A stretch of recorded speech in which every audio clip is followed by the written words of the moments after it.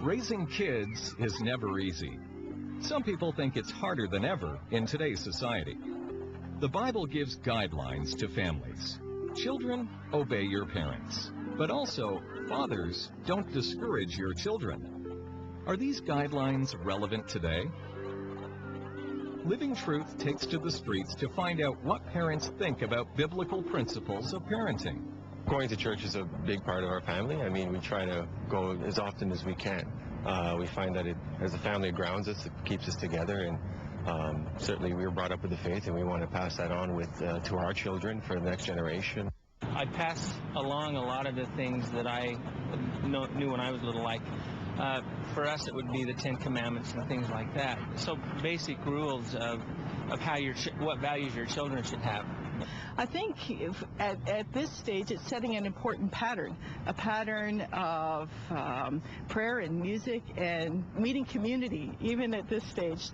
I think religion teaches children where they come from and how to be good community members. To me, the ultimate that I get out of Christianity, the whole philosophy, is it's about contributing and being part of society. And for me, it's about raising kids that can be a positive contributor in our society. On today's program, Charles Price teaches how Christ enables us to raise our children well. Living it out in the family.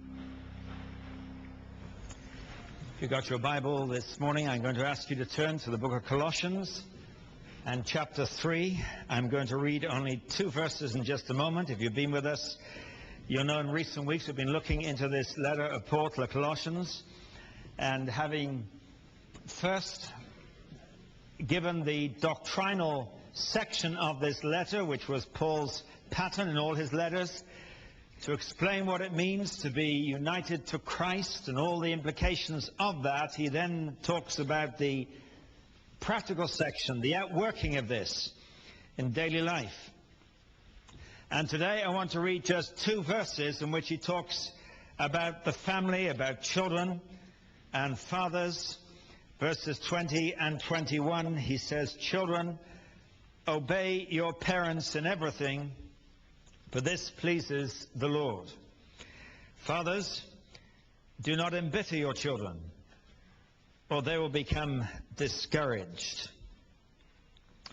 Now this, of course, presumably applies to children who are still living in a dependent relationship on their parents, unlike the 5th commandment, which says, "Honor your father and your mother." That is more a lifelong obligation to respect and appreciate our parents. But this is about children growing up in a home where they are dependent and the fathers have responsibility for their children. Now, I confess to you that I've struggled quite a bit in preparing this message this week. It's only 2 verses, 2 relatively short sentences, 22 words in all. And the problem with that is, of course, that it's not the definitive statement on child-parent relationships.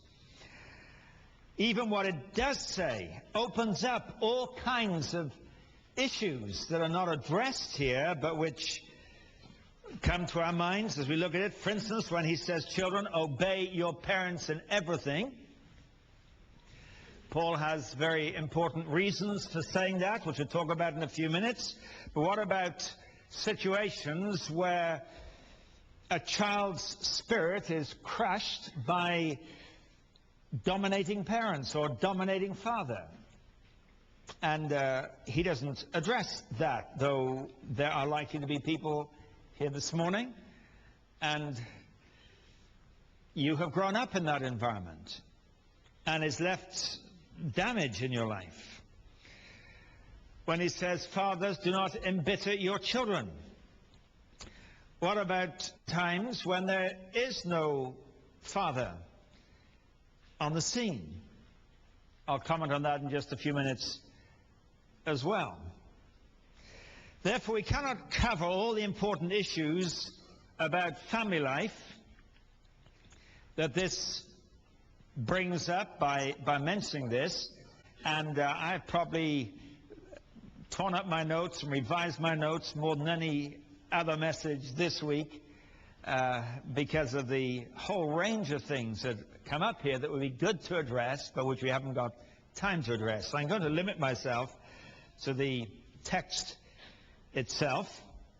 I'm going to take a liberty of reversing the order, because we'll best understand the instruction, children, obey your parents in everything, in the context of fathers not embittering their children, so they become discouraged. After all, children are responsive, and it's going to be the parents who set the atmosphere and the dynamics of the home and how it operates.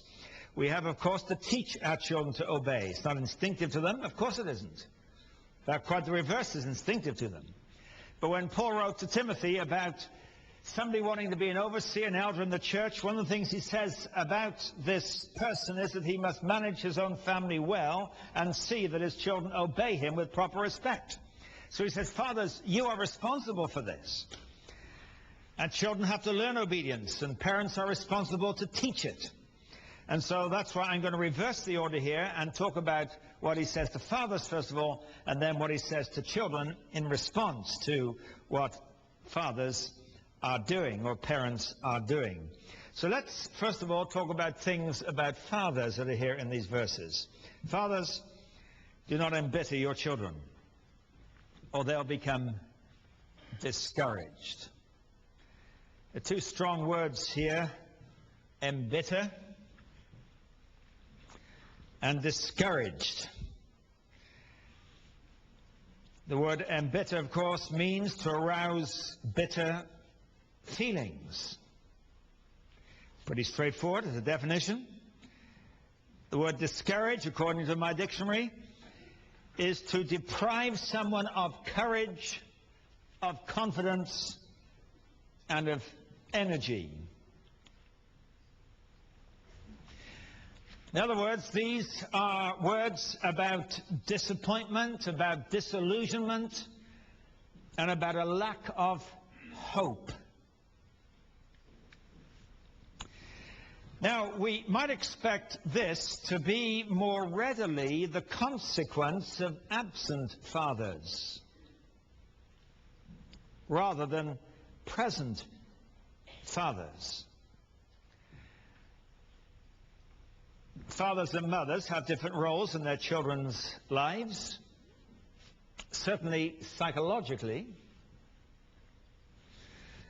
If we try to blur those roles physically, psychologically, parents have different roles. Mothers and fathers have different roles in their children's life. And of course, it was never intended that it should be a role of one person to bring up children. It's a job designed for two. And let me say at this point, I have tremendous admiration for single parents, both single mothers and single fathers, who are working to bring up children alone. For a number of years in England, I used to lead a week-long residential conference for single parents and their children. It was mainly single mothers that attended, though there are always several fathers as well. And I came to respect the enormous courage and energy and commitment and loyalty that is necessary to do that job well, and many of them, against overwhelming odds, are admirably bringing up children in that way.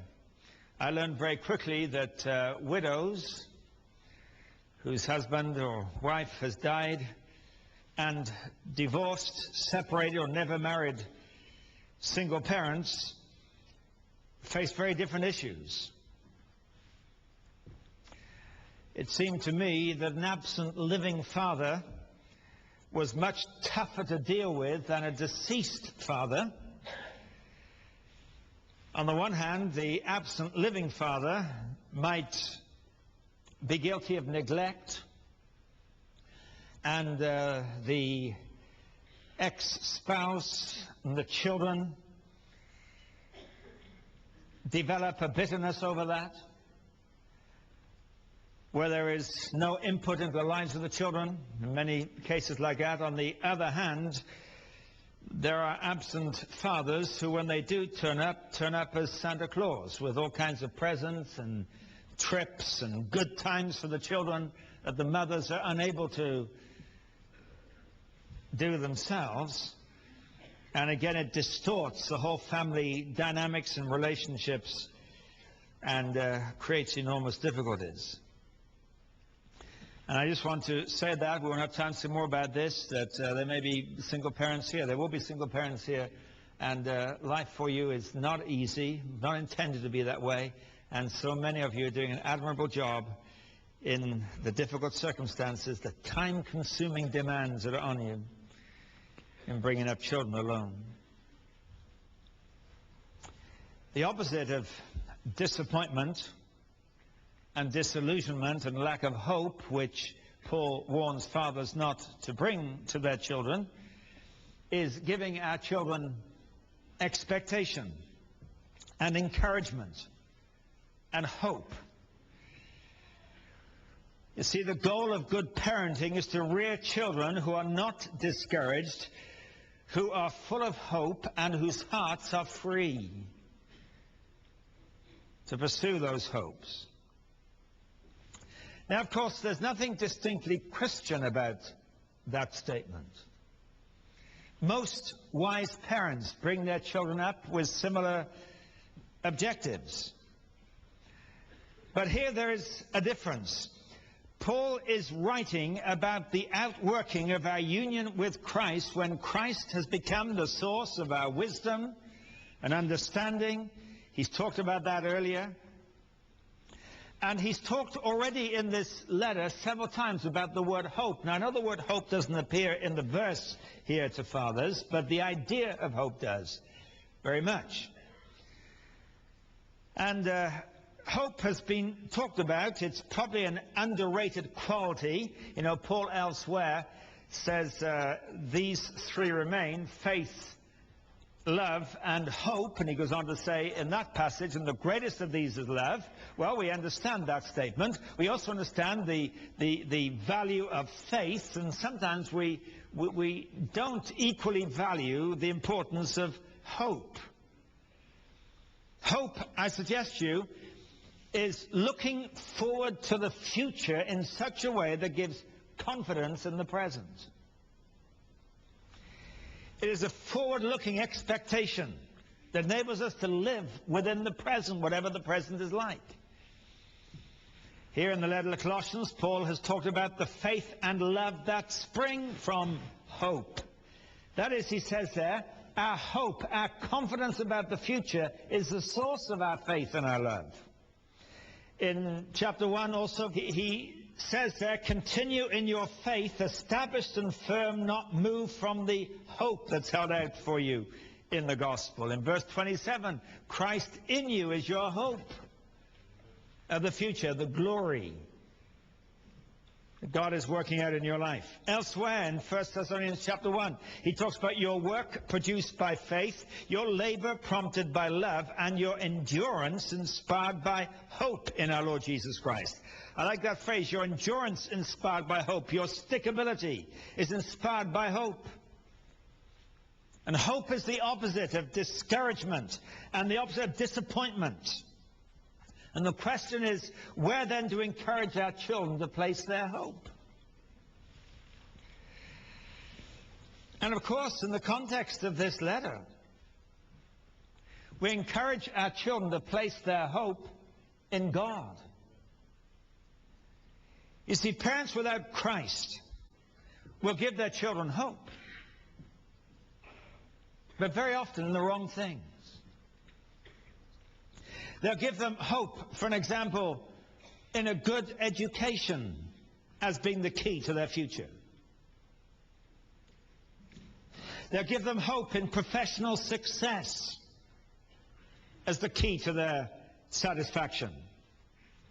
They'll give them hope in earning good money as being the key to their comforts. Some give their children hope in good looks, and I say that because hearing just the other day that it's become quite popular for parents to give their children plastic surgery as a graduation present from high school. What in the world are they telling their kids? that value has to do with how you look. And glamour is somehow important. We give our kids the idea that marrying the right spouse is the key to your life.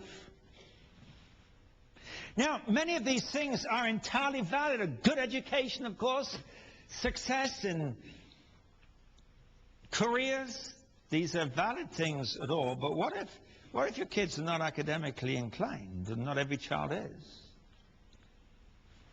What if you don't achieve great professional success? Not everybody does. What if you don't make good money? Not everyone does. What if you don't marry and you stay single? If these are the hopes you've instilled into your child, we are setting them up for embitterment, as Paul describes here, for discouragement.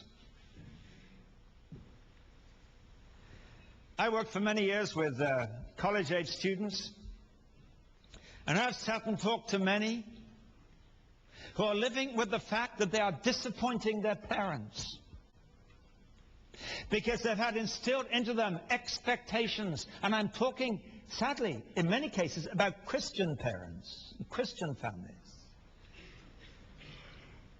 And they've become embittered and disappointed because their hopes were being placed in the wrong things. I mean, if you ask Paul the question, what kind of freedom from discouragement do you want our children to have? You say, fathers, don't discourage your children. Don't bring them to a place of embitterment. What kind of freedom from that do you want? What do you mean by this, Paul? I don't think you'd say, I want your children to be free from the fact that they may not become well educated or wealthy, or free from the fact they may not become well known, or free from the fact they may not become successful, or free from the fact they may not get married and have children. I don't think Paul would say that at all. And in fact, I know fine well he wouldn't say that, because in chapter 3 of Philippians, Paul talked about things that he said, I have reason to boast. In our culture, I could stand head and shoulders above lots of you. He gave a catalogue of things that I'm sure his parents were very thrilled with. Born in the right place, educated in the best possible way at the feet of Gamaliel down in Jerusalem, was a Hebrew of the Hebrews. I'd become a Pharisee. I'd reached the top professionally. As for legalistic righteousness, I was faultless, said Paul. I'm sure Paul's parents talked very proudly to their neighbors about Paul. And he said this, but all of these I count as rubbish, is the way the NIV translates it. The word is a word no translation has the courage to translate literally. So rubbish will have to do. Garbage. Mine is the English version, says rubbish. Garbage would be the North American version. The very things that probably he grew up thinking, yes, yes, yes, yes. Mom and Dad, aren't you pleased?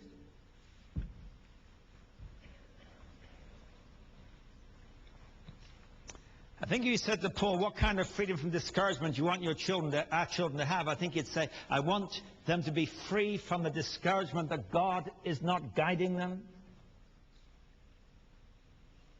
and directing them. I want them to be free from the discouragement that God may not be sufficient for them in whatever set of circumstances they find themselves. I think Paul would say, fathers, I want you to encourage your children's hope to be in God. And if you're well educated, that's a wonderful thing. And you're successful, that's a fine thing. Nothing wrong with those things. I question the plastic surgery bit, but the rest of it, because actually when your hope is in God, you accept yourself. You know, Paul said to Timothy, command those who are rich in this present world not to be arrogant, nor to put their hope in wealth, which is so uncertain, but to put their hope in God. Here's the consequence: who richly provides us with everything for our enjoyment. What God wants for you, He'll give to you. When your hope is in God, don't put your hope in any secondary thing. That's 1 Timothy 6, verse 17. And we must teach our children and show our children that life does not consist of our possessions or our performance or our position. Those are not the goals of our lives. God is the goal of our life. Our hope is to be in Him and in the outworking of His will and His purpose. And yet sometimes as parents, these secondary things are the goals we set, sometimes unwittingly because it's such a normal part of our world. But we've allowed ourselves to be pressed into the mold of the world. It doesn't mean don't encourage your kids to get the best education they can. Of course, we do that. But the goal of their life is something much bigger than that. I've had 2 conversations with 2 different people in the last 10 days, both of which had something similar to say. One of them, with his wife and 3 children, are selling their house in one part of this city and moving to another area to buy a smaller house at a higher price in a less desirable environment. And their reason is because that's where they believe God wants them to serve Him. A smaller house at a higher price in a less desirable area. Why? Because they're concerned what is the will of God for us and where can we most be effective in His interest. I tell you, those kids are going to grow up knowing what's important. And we don't all have to live that way, of course, but we do need to be living before our children with the idea what is really important is what is the will of God, what are the purposes of God, and how do I align ourselves, how do we as a family, how do our children align themselves with the will of God? How do we live by values that align with what is important to God? How do we adopt purposes that are consistent with His will and consistent with His word? And we need to be fathers to our children as God is Father to us. Now that's another, if you like, a sidebar that could become the whole substance of a message, and much more so. But you know, if you look at this, and I've been thinking about this week and looking at different scriptures this week, that God's goal as our Father is not to teach His children self-confidence. It is to teach them confidence in God, something much bigger. In fact, sometimes God, in His kindness, in His fathering, if you like, of us, strips us of our self-confidence until there's nowhere else to go but back to God for confidence in Him. Let me read you what Paul says about that in 2 Corinthians 1, verse 8 and 9. He said, "We do not want you to be uninformed, brothers, about the hardships we suffered in the province of Asia. We were under great pressure, far beyond our ability to endure, so that we despaired even of life." Now just absorb those words and the pressure of them. Hardships, pressure, beyond our ability to endure. We despaired even of life. Indeed, he goes on to say, in our hearts we felt the sentence of death. But, isn't it? This happened that we might not rely on ourselves, but on God. Paul says, God stripped us of our self-confidence, brought us to the end where we could no longer rely on ourselves. In all, we rely on God, and if we wanted to, and we haven't time to, and you look at how God deals with most of the leading characters in the Bible, where we have any detail at all, He has brought them to that point of undermining their self-confidence, not to leave them weak and floppy and useless, but to replace their self-confidence with a confidence in God. And that gives hope. Parents, this is the way we need to live. Because the best things are caught, not taught. You've probably heard that expression before. You know, if we say the right things, we don't live in the same way, what do our kids believe? Well, it's like when you watch a film, if the soundtrack is not synchronized with the visuals, we'll always say something like this: the soundtrack is slow. Nobody ever says the visuals are too fast. Because the visuals is what's real. What we see is what's real. What we hear, we measure against what we see. And that's why this is not just something we teach our children. We teach our children because we live with these priorities, with these objectives. And the best thing we can do for our children as they grow is leave them with a trust and a confidence in God when they come to leave our homes. You can't enforce it, of course. Proverbs says so many wonderful things about being a parent, train up a child in the way he should go, etc., and he'll not depart from it. It also says a man can have a fool for a son. We're not responsible for the choices our children make, but we are to provide that environment that makes it easy for them to make the right choices, though they may not. Proverbs 14:26 says, "He who fears the Lord has a secure fortress." Listen to this. "And for his children it will be a refuge." One who fears the Lord, and all that that means in terms of our relationship with God, has a secure fortress, not just for himself. It's the place to which his children will run. For his children, it'll be a refuge. I've often felt the best thing I can do for my children is to love their mother properly. And I think that's very important. Husbands, we love our wives properly. That is a key ingredient in the security of our children. But I think probably even more so, that we love and serve God properly. That doesn't mean we all ditch our jobs and go and become missionaries. That's not what it's about. It's in whatever sphere God has placed us that he is preeminent. And we take things to him and we talk to him about things with our children. So that's what he says about fathers. Interesting, he says fathers, not parents at that point. This is an important father role in children's lives. And then the second thing, which Paul has stated first, but as I told you, I've reversed them, is some things about children, which I think we best understand in response to what he said about fathers. Verse 20, "Children, obey your parents in everything, for this pleases the Lord." Wow, that'd be a great verse to stick up on the bedroom of your kids, isn't it? Obey your parents in everything. Ha, ha, ha, you say, you don't know my kids. No, of course I don't. I know mine. But the onus for this does not lie on the child initially. It's on the parent to teach the child to obey. We have to learn obedience. Even Jesus himself, in a verse that is a remarkable verse in Hebrews 5, says he learned obedience by the things he suffered. He learned obedience by going through hard times. That's usually how we learn obedience. Now, this word obey may sound a bit oppressive to our ears, sometimes maybe a bit tyrannical. Some people have been abused by a domineering parent.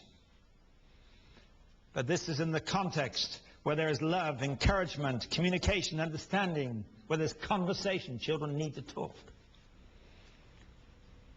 And I suggest 3 reasons why learning to obey is crucial. First of all, it develops our self-life or our self-esteem. It might be a better way to put it. You see, the goal of discipline and the goal of obedience in the children is to teach them self-control. Proverbs 29:15 says, "A child left to himself disgraces his mother." Children need structure. Children need routine. Children need direction. Children need discipline. And we parents have to think hard about this. And of course, every family will have its own arrangements and its own dynamic in this area. But the principles are very simple, it seems to me. The children need boundaries, and within those boundaries, the children are free. But if they go over the boundaries, there are consequences. The boundaries have to be understood, the boundaries have to be secure, they have to be reasonable, they have to be enforceable, and they have to be enforced. Children will test the boundaries, of course they will. In fact, children are forever testing the boundaries. Often when a child goes into some kind of tantrum, they're actually crying out for reinforcement. I don't know where the boundaries are. That's where they find their security. No must mean no. No is not the first stage of a negotiating game. It means no. Threats must be followed through, so they must be reasonable. And of course, we let the boundaries out as the children grow until they are eventually removed. It takes 18 years to get there. And you produce a child that is self-controlled, that is mature, that is responsible. People talk about teenage rebellion. Well, of course, we understand there's no simple patterns here, but actually you train your teens when they're toddlers. They don't know the meaning of no when they're little. They're not going to learn it when they're teens. We have to be one step ahead. I know somebody used to say that little saying, boys will be boys. You heard that, but he used to say, boys will be boys, but boys will be men. And the kind of men they become depends upon the kind of boys we allow them to be. Very profound insight, it seems to me. And we let the boundaries out because the children learn self-control. That's the goal of control, is that they learn self-control. Elizabeth Elliot very wisely said that parents used to want their children to be good. Now parents usually want their children to be happy. She said the result of children being good usually was that they were happy because they were secure, knowing what they were supposed to be. But now the parents want their children to be happy. Often that does not include secure boundaries and doesn't include being good. And so actually they're not happy. Happy is one of those things that if you go for it, you actually miss it. Happiness is not a goal. In the Christian life, holiness is the goal, happiness is the consequence. But if you change the focus to happiness, it's actually unreachable other than in another context. And that's why parents teach your children to be good. How do we teach them to be good? By teaching them to obey. So learning to obey develops self-esteem in the child. Learning to obey, second, develops our social life as well as our self-life. You see, it's in a loving home that a child's will needs to be molded. It's in a loving home a child needs to learn that he or she are not there primarily for themselves and their own desires. That's why we're placed in families. That's where we learn to share. That's where we learn to take turns. That's where we learn it's not all about me. So we learn to serve one another. And if we don't teach our children obedience, we don't make it easy for them to relate socially with other people.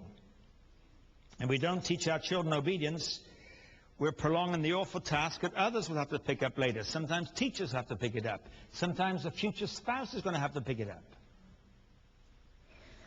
I cut out of a newspaper on Wednesday this week an article entitled "Poor Discipline is the Consequence of Parents Spoiling Children." I'll read part of it to you. Classroom discipline is deteriorating because overindulgent parents are spoiling their children, according to a Cambridge University study. Elementary school pupils are increasingly difficult to teach as they throw tantrums if they fail to get their own way. Their problematic behavior is being fueled by growing exposure to television, computers, and video games. Often the television is the babysitter. The study comes amid growing fears that standards are being undermined as children are increasingly unprepared for full-time education.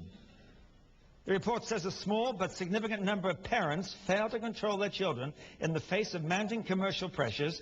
Teachers describe permissive parents who are admitted to indulging their children, often for the sake of peace, which of course is disastrous, short-term thinking, or simply because they've run out of alternative incentives or sanctions, says the report.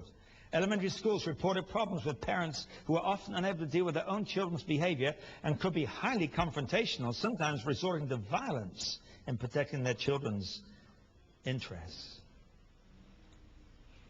That's this week.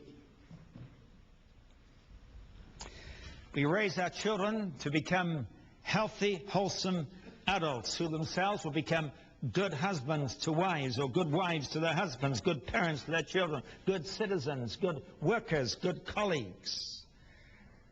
And if we fail to teach them obedience, we allow them to become self-centered and therefore selfish and to do their own thing, thinking that is their right, and it isn't their right.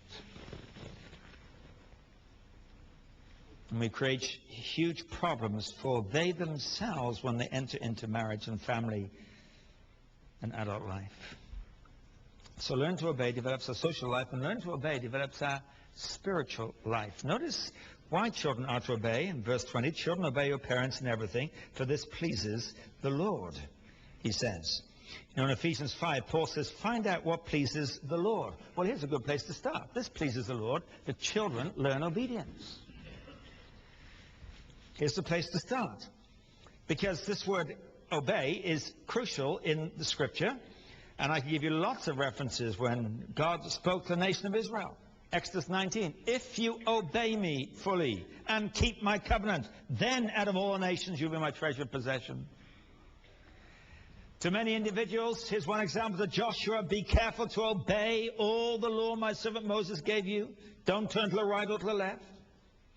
The Psalms are full of it. I'll obey your decrees. I will obey your word, and many more. Jesus himself in John 15:10 said this to his disciples, I have obeyed my Father's commands, and I remain in his love. And then he said to the disciples, if you love me, you will obey what I command you. And conversely, in that same section, he says, he who does not love me will not obey my teaching. So loving him and obeying him are intricately related and connected, of course. And we make it hard for our children to bring their lives under the lordship of Jesus Christ if we do not teach them to obey. And therefore, teaching children to obey is much more than the convenience of having well-behaved children, much more than simply preparing them for life, where the world does not revolve around them, and teaching them that from an early day. Much more than that, it's preparing them for the Christian life. It's preparing them to live in relationship with God, which is not a tyrannical Lord. It's a God who loves, but who directs and guides, and we must bring our lives into obedience, and there is where you find your security and your peace.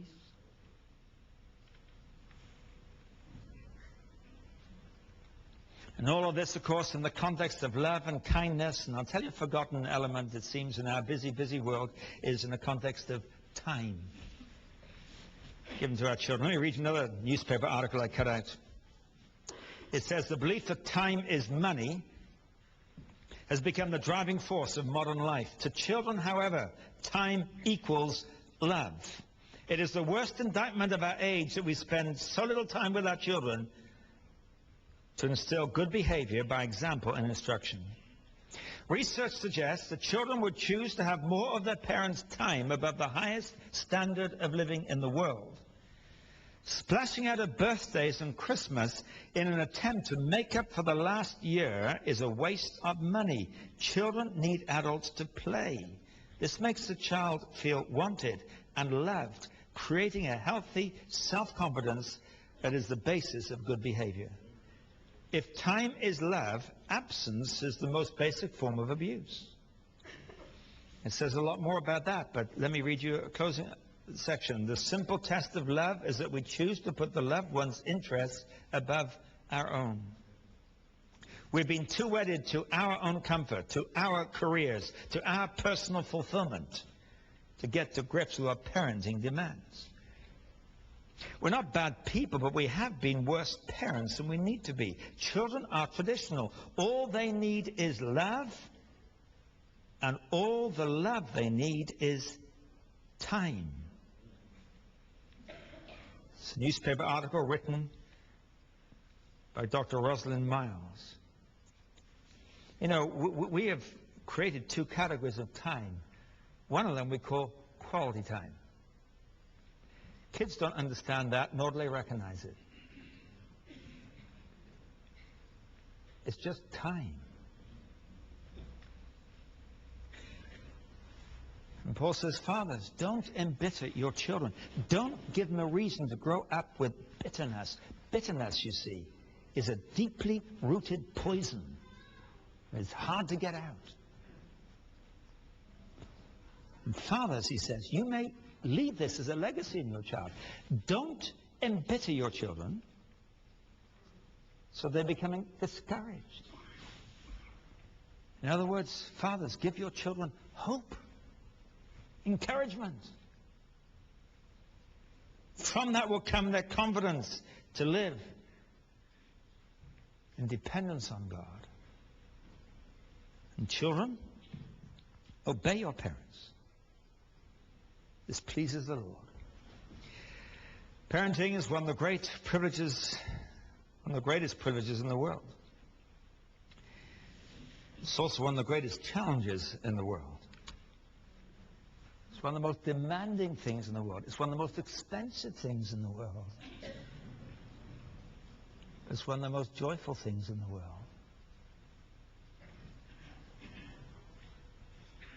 And Paul says to these Colossian Christians, to whom he's written about the fact that they have all these resources in Christ. That equips you, we saw last time, husbands and wives, to live well, fathers and children, to have a family life that produces disciplined, self-controlled children who have no reason for bitterness. Whatever they do with their lives. And of course, children have the right to disappoint you as to what you'd like to see them do with their lives. They make choices. But you can free them from bitterness and free them from discouragement by freeing them to have their hope in God. That's what good parenting will be.